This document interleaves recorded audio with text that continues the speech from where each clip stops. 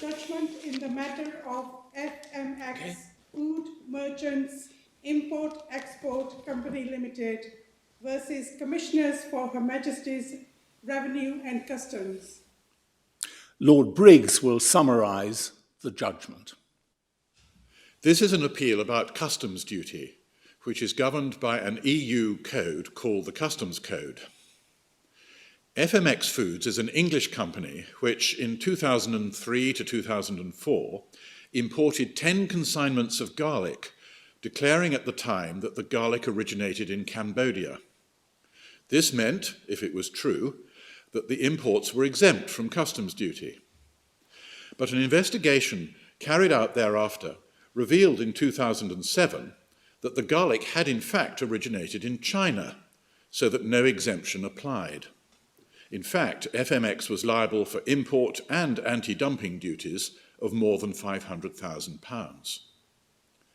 In March 2011, following the successful outcome of litigation about later imports of garlic, Her Majesty's Revenue and Customs, which I will call HMRC, issued a demand for the £500,000 odd to be paid by FMX. Customs duty is normally paid at or about the time when the import takes place, calculated by reference to the customs declaration submitted at the time by the importer.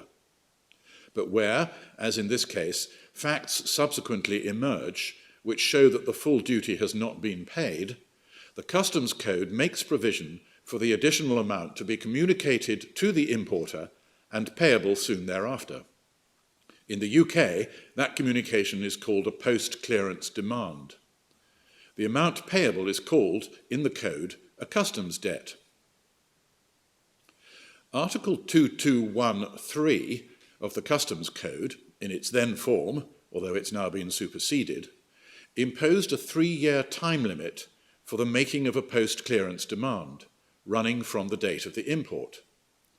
This had expired long before HMRC sent the post-clearance demand in 2011.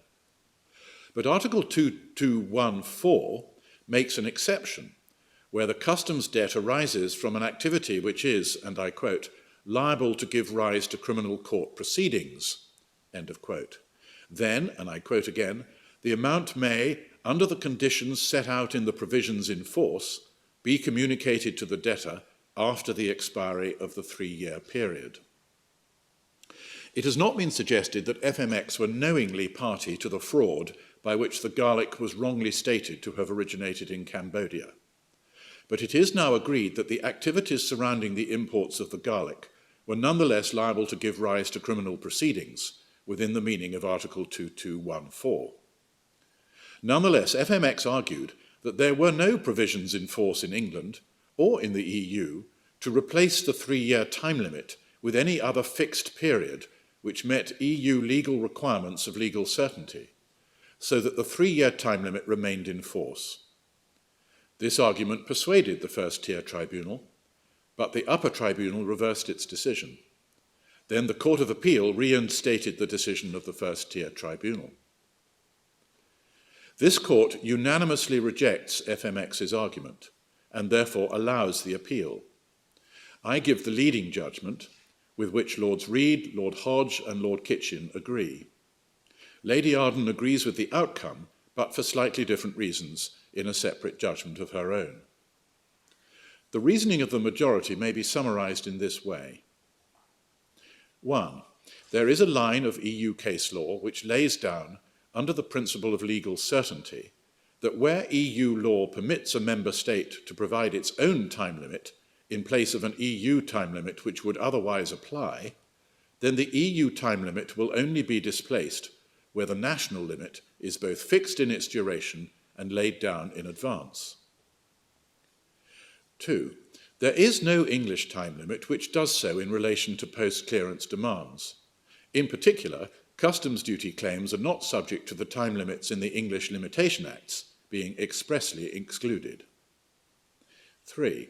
No other English provisions provide any replacement for the 3-year time limit in Article 2213, which is either fixed in duration or laid down in advance. 4. But Article 2214 disapplies the 3-year time limit wherever the criminal proceedings exception applies. In such a case, it does not merely give a member state the option of providing a substitute time limit, leaving the 3-year time limit in place where it fails to do so. 5.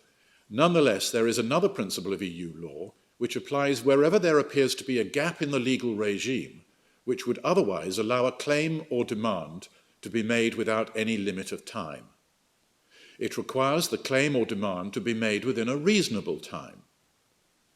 That is the principle which applies in the present case.